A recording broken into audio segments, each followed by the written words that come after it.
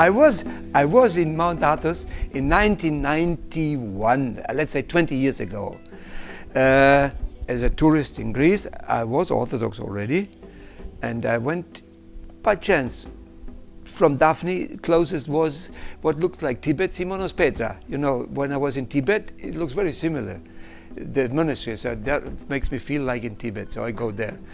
And in that time, there was a doctor. He was a Greek man, and he has been a physician, a doctor in Germany, I think dentist, and he became a monk later. And when he heard that Germany is there, he came and talked to me.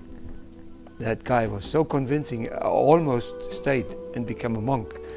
But my wife was waiting in Uranopolis, so I couldn't. So it was my first, only one night but I loved it very much. And a short visit to Gregorio. And that's it. And now, 20 years later, I feel, and I had a provocative question. Agio Όρος, are there holy mountains? Does it exist? Can a mountain be holy? If you take it literally. Because when I was in America as a hippie with the Indians, they have holy lakes, holy mountains, holy oak trees, and they kneel down. I cannot kneel down to an oak tree, is not healing me. Sorry, a lake is not healing me. Maybe like Bethesda, you know, in Jerusalem, when the angel, that was different. But so, my provocative question is, can there be a holy mountain? Or is it the Spirit, because there are so many monasteries, but it's a Spirit, the Holy Spirit is the garden of the Mother of God. So, the holiness, I think, is not the earth, the mountain itself, but material can be healing. We know that from miraculous icons. So I am here because my friend from Entplo Lambis and others have friends here. And as I am not a monk, but I am, well, I'm black, you know. Did I tell you why, when I asked Father Sophroni, when I met him first time, Father, why are you dressed so black? Look at the world, it's colorful and so like that. And it was in Lausanne in Switzerland. And Father Sophroni took me to the window and said, look out the cars. It was a big road going underneath the window. And he said, observe the cars of the cars. A blue Volkswagen, a green Opel, a black Mercedes, a yellow, you know, Fiat, what, all these kind of cars. And he said, he looked in my eyes and said, which car did you like most, Klaus? I said, well, the most elegant I saw passing was this black Mercedes. And he said, that's why we are black.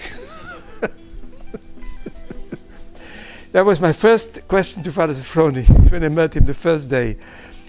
Humor, not theological, you know, high-ranking, whatever. He came down to my level. I think that was the secret for many years. Father Sophroni was not on my level, but he was under me. Christ said, put yourself under the other. And there are unfortunately many priests, they teach you they give you lesson after lesson. They're so high, so important. And recently I said to one bishop, he came to visit me, it's nice to be important, but it's more important to be nice.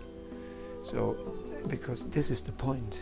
It's the experience with him from the beginning. What touched me, I think he saw that I didn't have love in my life. So when I met him for the 10 years, when I visited him in Essex, normally he would come to my room. It was the other way around, because from when we met in Lausanne, I dare to say we became friends. But maybe everybody has that feeling with him, probably.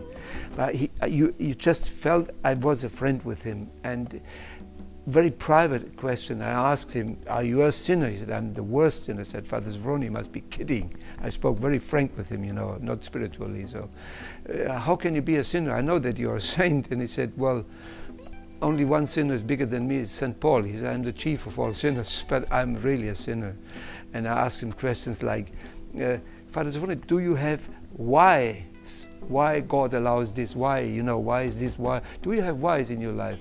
Or are you so wise now? He said, I am a big living why. He said, but I have an answer, Klaus. He said, you are the answer to the why. And I said, what do you mean, Father Sophroni? And he said, you see an accident. Why God allows that this kid is having an accident?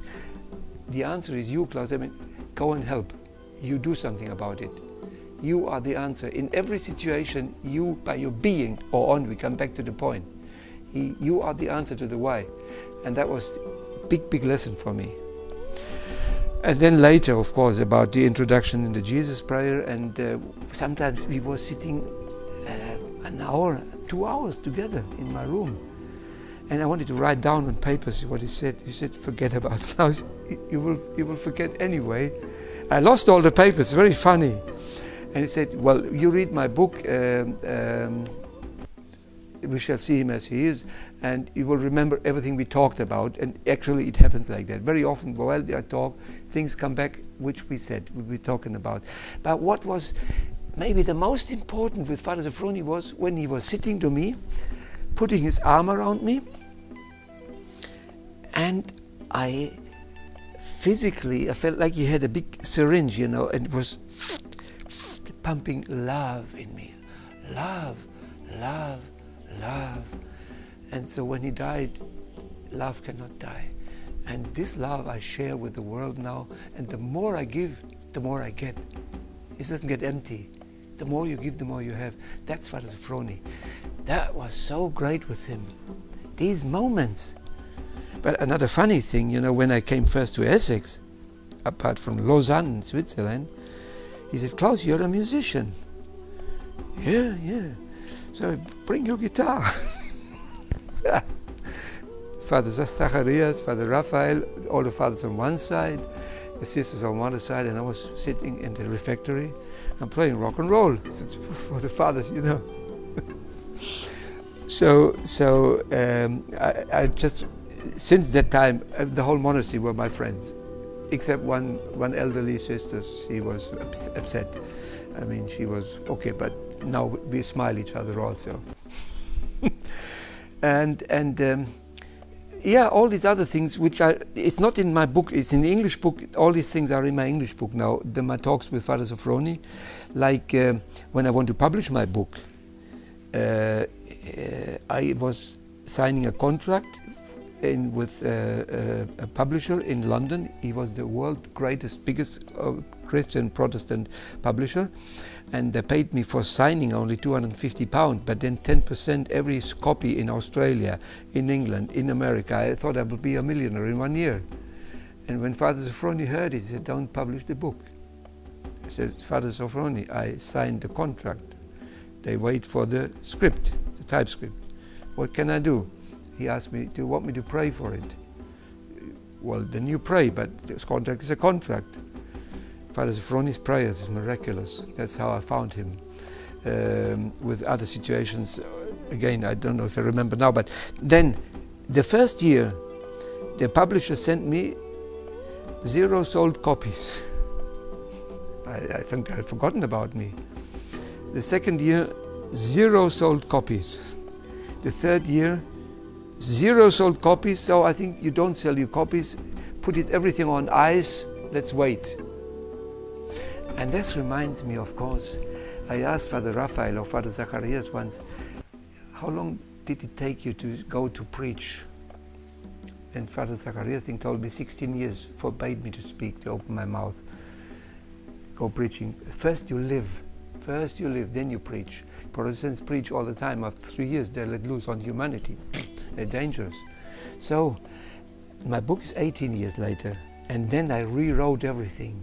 And it was controlled in Essex. They corrected the book. They looked. Everybody was involved. So see, the same moment again, the same time, to get maturity. And then the blessing was there, and now the book came. See, that's the prayers of Father Sophroni. When I wanted to be baptized, I felt chrismation is not enough for me. I have been so intense in everything, and if I want to make a new start in Orthodoxy, I felt from my heart I want to be baptized. I want to be immersed, dying in the water. And I went to the priest in Geneva, in the Orthodox Center in Chambézy, and the priest, it was a friend of mine, I said, I don't baptize you. You're baptized when you were a Catholic child with 3 years old. We don't baptize, it's valid. I went back to Father Sophroni, said, I complained. he doesn't want to baptize me, but I feel I want to be baptized. Father Sophroni again said, let me pray for it, but don't tell him. Don't tell him. I just pray for it. I went back. I said, Father Johann, Père Jean, I want to be baptized. Yes, next Saturday. Praise the Father Sophroni. He's so powerful. So out of time, you see. All the meetings. This was my 10 years of apprenticeship of orthodoxy, plus the writings, of course, of Nikolai Velimirovich and of the Orthodox books, the Orthodox fathers, and it became my family. I was very proud now in St. Vladimir's in Pennsylvania. He was, Nikolai Velimirovich, bishop, was director, and I had a big talk there in the hall. I felt, wow. Because Father Sophroni was made diacon by Velimirovich on Mount Athos. See how we are all a family. It's so wonderful. It's a little paradise on earth. Yes, yes.